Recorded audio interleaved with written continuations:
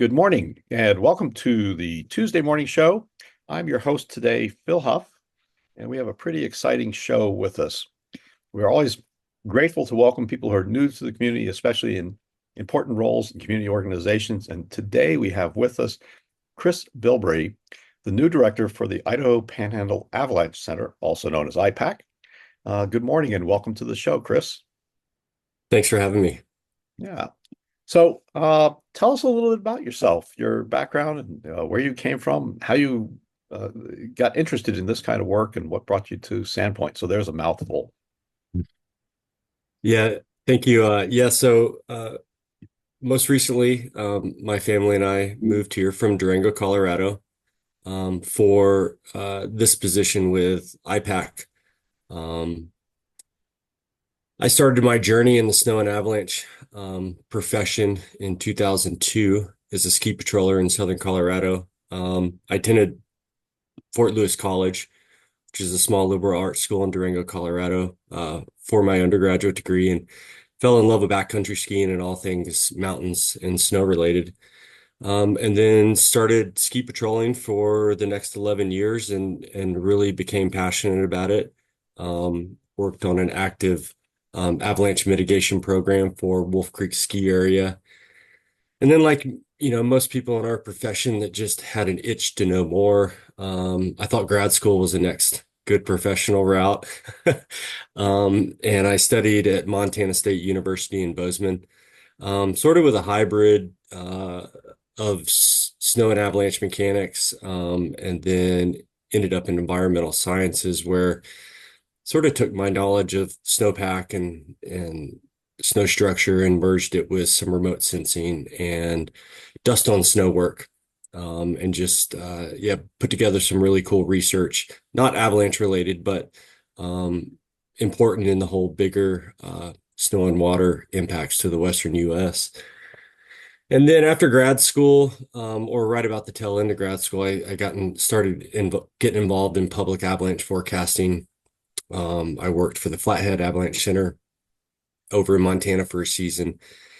And then the past 6 years, I've been working for the Colorado Avalanche Information Center as one of the forecasters in the San Juan Mountains.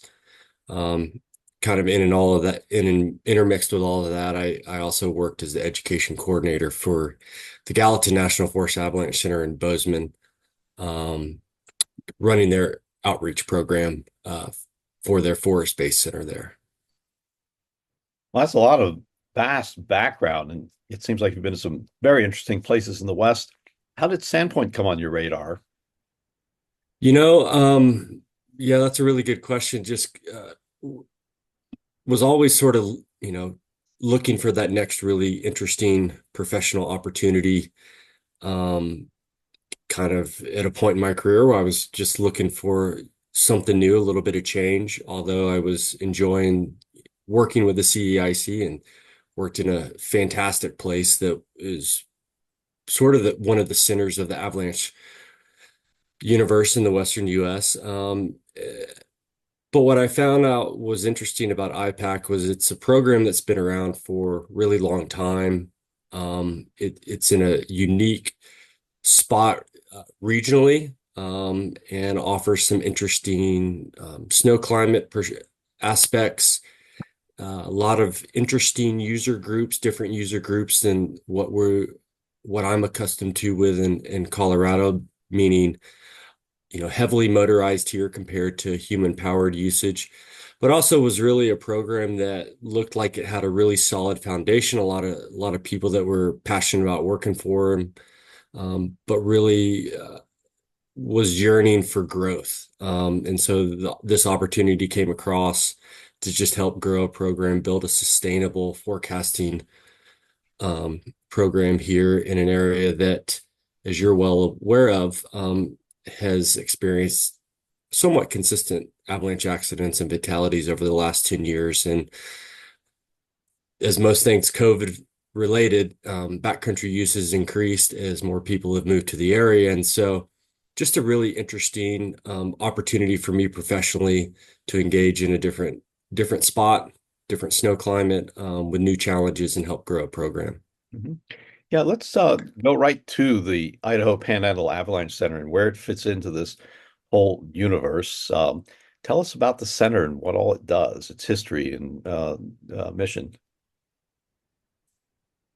Yeah, so believe it or not, IPAC started in the mid 80s. Two Forest Service based hydrologists, Al Isaacson and Bob Bones Cawson, started alerting the public about periods of high avalanche danger through news releases.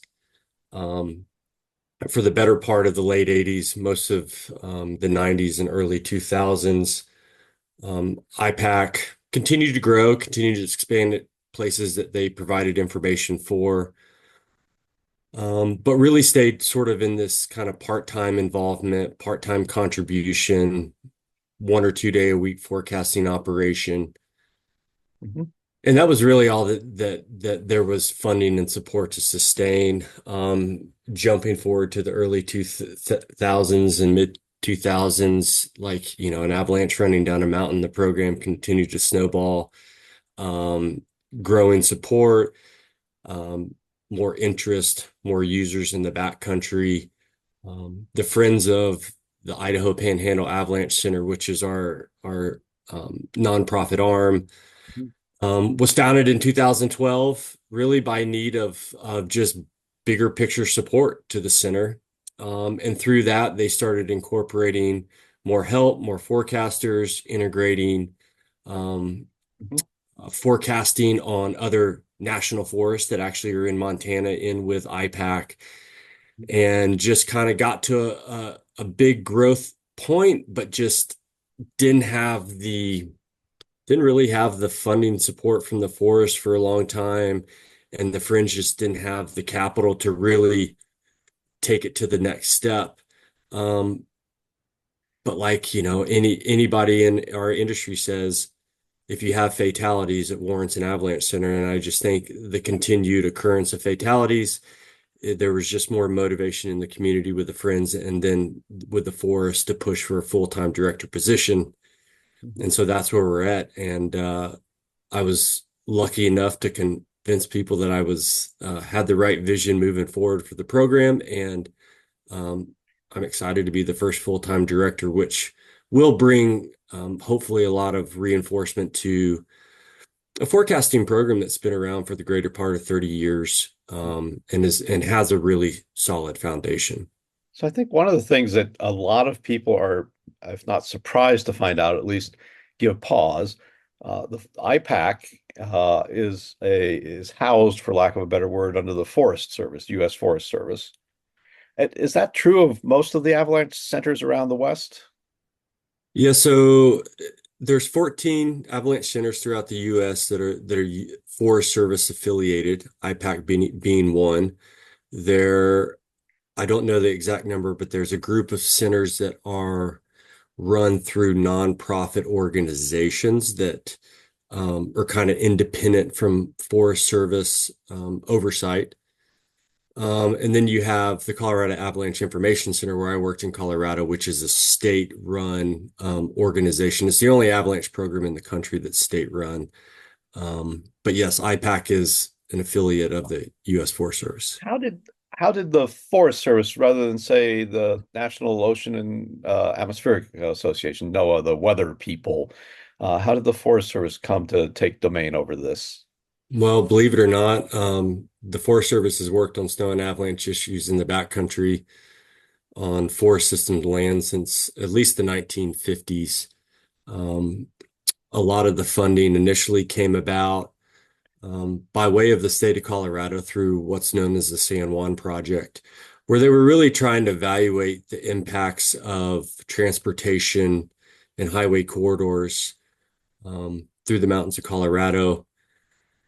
And then over time, as that funding ran out and things transitioned more to the state level, the Forest Service took on this more regional capacity. And there's a part of the forest government is the National Avalanche Center, and they developed the Avalanche Education and Information program, which their main objective is to address public safety in the backcountry on forest land through timely, relevant avalanche information, education, and helping people make informed decisions about avalanche conditions in the backcountry. And so really, the root of avalanche forecasting programs is very deep rooted with the forest in one way or another. Yeah, to me, it makes sense from the standpoint that so much of our backcountry recreation, whether it's the backcountry skiers on public lands, which are mostly then mountainous and then mostly Forest Service, say, versus the BLM, which is more rangelandish, to even some of our iconic ski area destinations are here we have Schweitzer that's on private property, but most of the major ski areas in the West are leases from the Forest Service. So there's some natural inclination towards a partnership with the agency to protect the recreation asset. Is that a fair assumption? Yeah, for sure. And another unique thing about avalanche centers and the areas that they forecast for geographically is our boundaries aren't necessarily dictated by state lines or forest lines. I mean, we look at it from the question of avalanche conditions, snowpack conditions, for mountain regions, because we've learned that, spatial variability is really important in the snowpack structure over time and throughout the winter. But we try to lump our information sharing specific to mountain regions where we're really taking a complex subject matter and trying to simplify it for public who may not have the knowledge or skill set, as a professional will, because it's even challenging for some of us who've been doing it for a long time to relate it in simple terms. Yeah. So the Idaho Panhandle Avalanche Center, what's the geography that this center covers? Yeah, so we provide avalanche forecasts for 4 different mountain regions. We lump the Selkirks and the West Cabinet Mountains into one area. Another zone that we forecast for are the Purcell Mountains, so north of Libby and Troy, all the way up to the Canadian border. Our third area is the East Cabinet Mountains. And then we have a polygon that we focus on along I-90, Silver Valley, Lookout Pass vicinity. So it's a pretty large region. It is. It's large. There's enough geographic separation to where it would not be uncommon for conditions to be different in all 4 zones. But from what folks have told me, it's also not uncommon that conditions can be pretty similar across the region. There's a lot of things that factor into why and how we break up certain forecast areas and whatnot. But, having the individual polygons, it gives us, from a forecasting standpoint, the ability to either say why everything's similar or highlight why things are quite different So it really for covers various reasons. it really covers more than Idaho. We've heard there very clearly some parts of northwest Montana, and I'm going to assume the Selkirks even edge into that eastern sliver of Washington state. Yeah, I mean, I think from a technical standpoint, I'm not sure our west boundary, I don't think it actually bleeds that far, but um, I would suspect that there's a lot of times where the portions of the Selkirks that are over in Washington could be quite similar to conditions that are within our, circle on a map, as you I, want to say. you probably coordinate closely with your colleagues up in Canada. The Selkirks extend on up in there, as do the Purcells, into some really prime backcountry area. I'm thinking up around Crow's Nest Pass. Yeah, we definitely have, I wouldn't say necessarily daily communications with Avalanche Canada and their field techs and forecast staff, but yeah, we have good working relationships across, the boundary. And I was actually reaching out to one of their data modelers this fall because they do some snowpack modeling that actually extends down into IPAC's forecast areas. So just another tool in the toolbox to use to help us have a picture of snow conditions in areas where we don't travel in very frequently, if at all, during the winter. Yeah.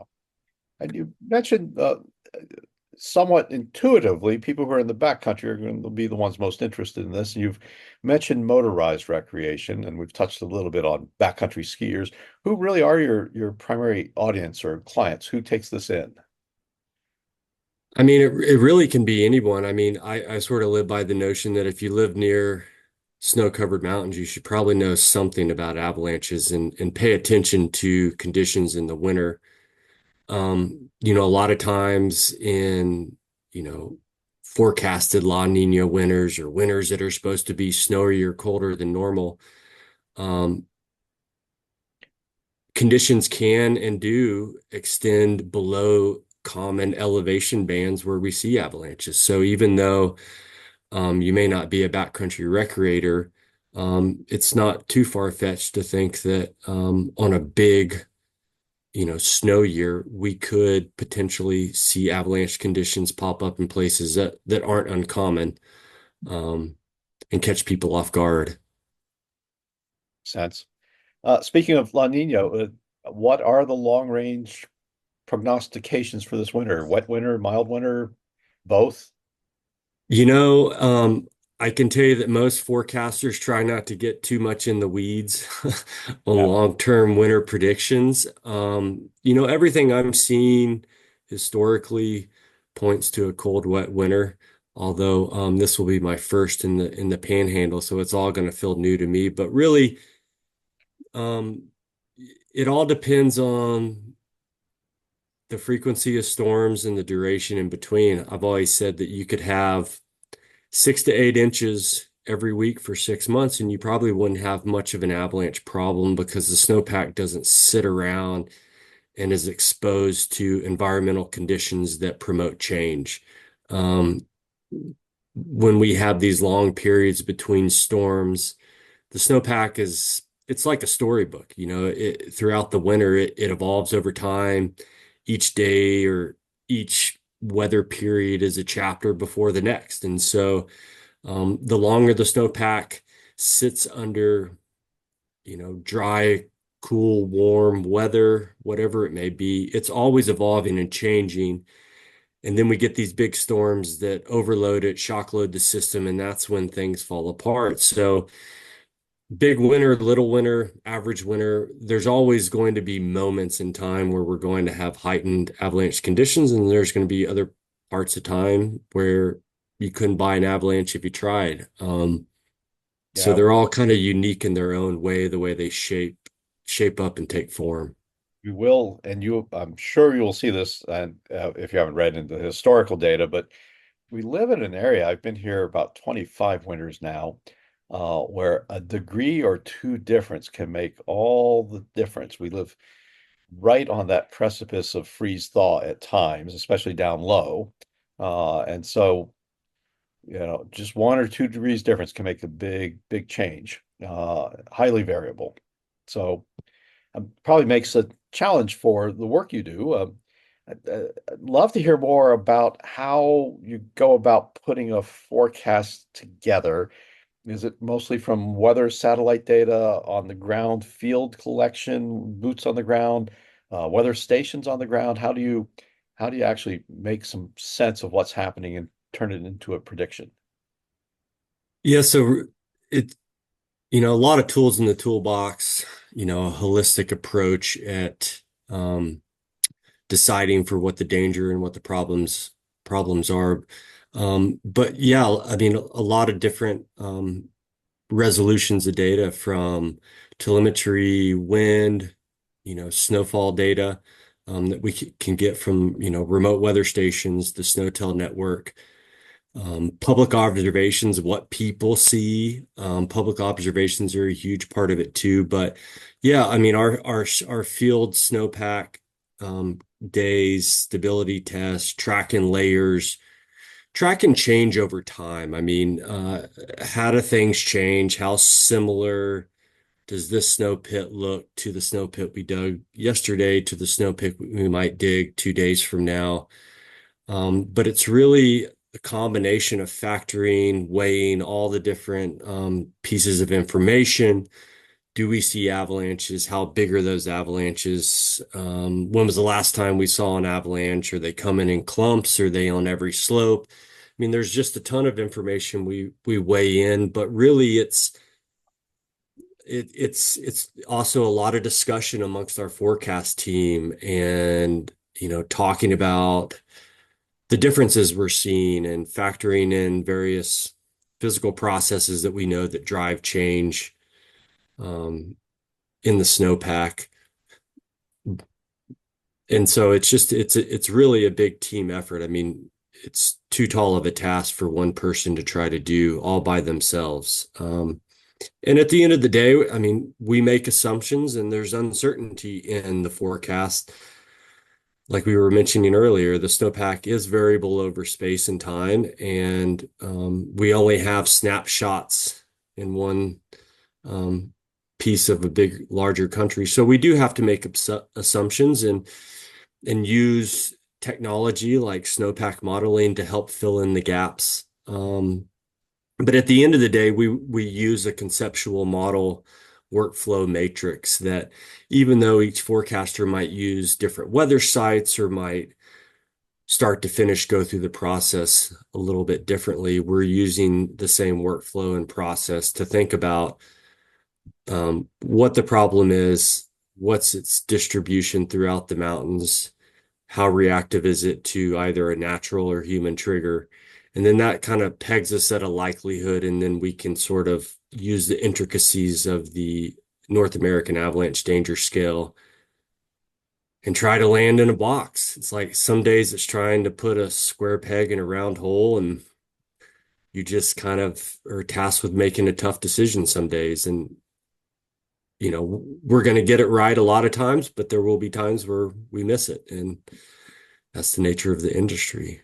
I think there's this romantic notion, at least I have in my head, of you or one of your colleagues waking up at 12:30 a.m., skinning up and skiing up one of the local mountains, digging a pit, testing it, and coming back down by dawn to put out a report. How much of that actually goes on?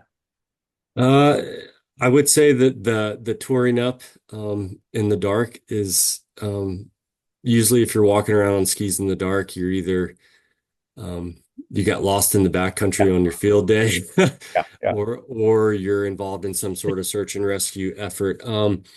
We do start our forecast shifts in the 3-4 o'clock hour. It really depends on the day and what's going on. But we really rely on the previous day's field data, observations, communication to really set us up for the next day. And then it's incorporating, the latest, weather information we get. We do have good, relationships and communication with both the National Weather Service offices in Missoula and Spokane, and they're a huge crutch to lean onto in terms of the weather and validating model outputs that we're looking at that can really dictate how the avalanche danger might change during a storm on any given point. When does the season begin, or has it begun already? I mean, it seems like there need to be snow on the ground, but it's not far away that we'll have snow on the ground. Yeah, for sure. So our winter operations for IPAC start November 1st, and our winter operational season runs through the end of April. In November, we'll issue a general fall statement by November 1st on the website for just, good travel advice, good things to pay attention for. Maybe we have enough snow to where we're actually talking about things to watch out for and manage and train to avoid. And then through most of November, it'll just be kind of periodic updates as needed. Still around here, access into a lot of the terrain where snow is difficult. So there's not a ton of people out, but we do have hunters. And so if we feel the need in November to issue general messages, we will. But by early December, we're hopeful we're in regular forecast operations, and we'll run in that program hopefully through middle of April this year, and try to provide backcountry products till the end of the ski area operating seasons for our local places. Yeah. So you mentioned the website. How do you disseminate the information? How do you get the information out? Yeah, so Idaho Panhandle Avalanche.org is our website. Um, you can go there and there's multiple ways to get the forecast on the homepage. We have a map. You can click on any of the polygons and it'll take you right to the forecast. There's drop-down menus, quick click boxes, and then I'll take you directly to the avalanche forecast. Our products are structured and tiered for various user groups. And so the deeper you dive through the forecast product, the more advanced it gets in terms of the information it's conveying. And so, typically our homepage is where a lot of our novice beginner users go. They see what the danger rating is, and that's all they can digest. But as you start to dive deeper, the information becomes just a little more complex, a little more in-depth, robust. And yeah, people can go there for it. A couple big changes from on the website and our forecasting operation is we did a little adjustment to our forecast boundaries for this year. So it might be good for folks to go to the website before it starts snowing, familiarize themselves with some of the different naming, conventional naming we have for some of the zones and kind of how some of the zones are linked. We tried to clean up some old boundary lines that were there for various reasons, and we wanted to just clean that part of it up. But we're also excited that I think we're going to be able to expand our forecast days from 2, like they were doing last year, to 5 days a week this year. So Nice. we'll be issuing regular avalanche forecasts on Friday, Saturday, Sunday, and Monday, and then again on Wednesday. Tuesday and Thursday are kind of we're still deciding how we're going to manage that. Obviously, if we feel that conditions are going to change significantly on either of those days, or we expect an avalanche warning or an avalanche watch needing to be issued, we've sort of reserved the ability within our weekly structure to address that. Yeah. So what's the website address? Idaho Panhandle Avalanche.org. IdahoPanhandleAvalanche.org. In addition to folks going to the website, is there an attempt to put information is there an email subscription or a Facebook group or some other means of people signing up for something? Yeah, so there's a couple avenues for that. If you want to donate to the bigger IPAC cause in our friends group, you can go to the website and become a member of the Friends of the Idaho Panhandle. We also the Friends of IPAC actually own the website. Those of us on the forecast staff, we manage the technical information on the website, but our friends group owns the website. They also have a Facebook and an Instagram page, and we try to keep regular communication through the fall and winter through those avenues. And then we're also excited this year to hopefully get a couple radio stations on board to air our for a forecast recording on days that we issue forecasts for, to try to just expand our outreach to people that might not know to go to our website I have and been get that. I have been approved to say KRFY will be proud to join in that effort. We're working through the details now. So for regular listeners, stay tuned and we'll have more information on that as the season progresses. But KRFY will be hosting the avalanche forecasts from IPAC on a regular basis this winter.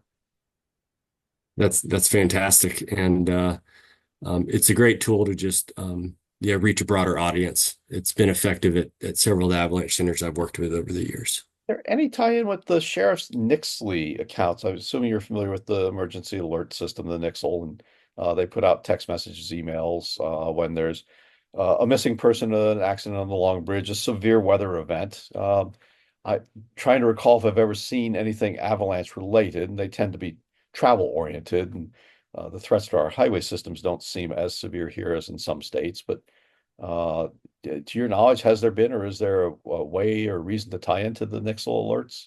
I haven't actually had any conversations about that with anyone, but definitely it's probably worthwhile exploring. We do communicate anytime we issue a special product that's sort of in addition to an avalanche forecast, such as an avalanche watch, avalanche warning.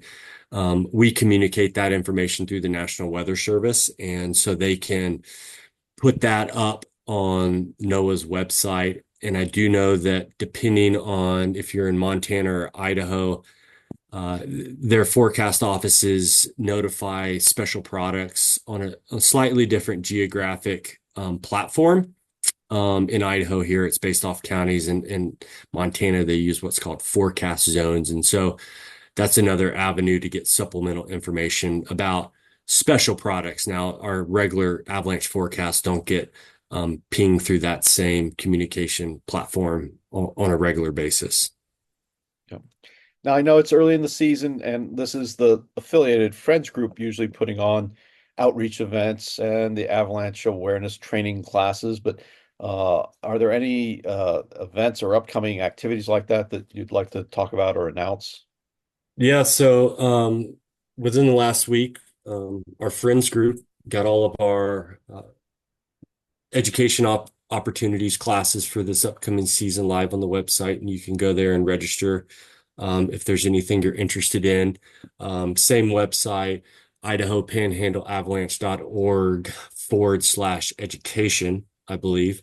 But yeah, here at the end of October, our avalanche awareness tour sort of begins, and those are free intro level talks. They're typically about an hour long that just kind of give you some real basic information um, about avalanche safety, terrain, things to kind of recognize, and that tour goes on. I don't know the exact dates, but it's kind of all over the board throughout the region.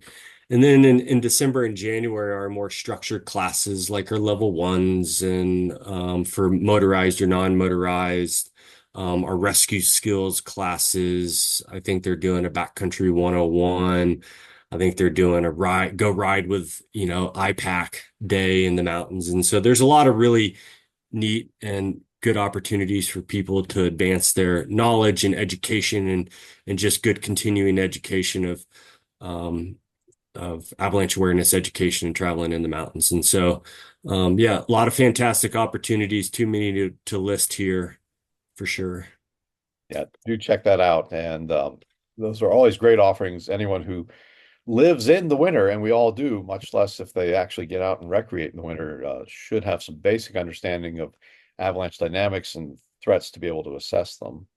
Yep, absolutely. And then one thing we're bringing back this year, which I think was kind of a big hit, a little before COVID or kind of right around that, or the snow, like the snow pit chats or the snowpack chats, which are going to be, I think they're going to be like once, maybe twice a month, starting in December, going through February, and they're going to be kind of more of an informal but kind of intimate discussion, going to be led by a different person on our forecast team each time, and just really kind of diving more into the current conditions and more of the intricate happenings of the snowpack. So definitely will be a fun topic to look out for and pay attention for, because I think there could be some interesting discussions depending on the time of year that come about it with the public and our forecast staff and current conditions. So Those those activities are always listed on your website and Facebook page, and we try to highlight those on the morning show when we can.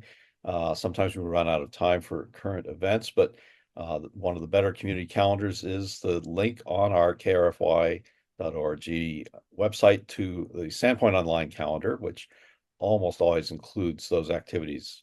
So check back there as the season progresses. Before we come to a close, we're kind of winding down. Any additional thoughts, anything I haven't asked that you'd like to share with the audience? yeah, I would just say I'm, extremely excited to be a part of the community. My family and I have enjoyed the Sandpoint area so far. Everyone is seeming to get into a rhythm finally. Um, and I guess, from an avalanche standpoint, really to build a sustainable, healthy forecast program, it requires strong cooperative relationships with everyone in the community and adjacent towns. And so I encourage folks to stay engaged with the center, come out and support our friends group at their events. And please share us your observations if you're out in the mountains cruising around. It takes a village to raise a family, Yeah. and we need public observation engagement really to help fit the puzzle pieces together and make our forecast products better. Because without having all the eyes and ears of public in conjunction with what we're seeing, we're making a lot of guessing. So if you're out and about and see something interesting, it doesn't have to be technical. Picture speaks 1,000 words. Send us something. It's great to hear from you. So We usually ask, and often at the beginning, people who are new to the community, their Longbridge moment, their Longbridge story, which seems self-explanatory, but really curious what your impressions were coming across the Long Bridge. And I'm projecting you probably saw snow. I was sort of like, man, this could be terrifying in a complete whiteout. Yeah. And I've quickly learned that if you're caught on the north side of the bridge, that's not necessarily a bad thing. So, but That's a good attitude. Well, once again, we want to thank Chris Bilbrey for being the new director of the Idaho Panhandle Avalanche Center, for coming on the show this morning. We look forward to having you back. If there's any big developments this winter, feel free to let us know, and we'll sketch out a few moments on one of the upcoming morning shows. But thank you for joining us this morning, Chris. yeah, you bet. Thanks for having me.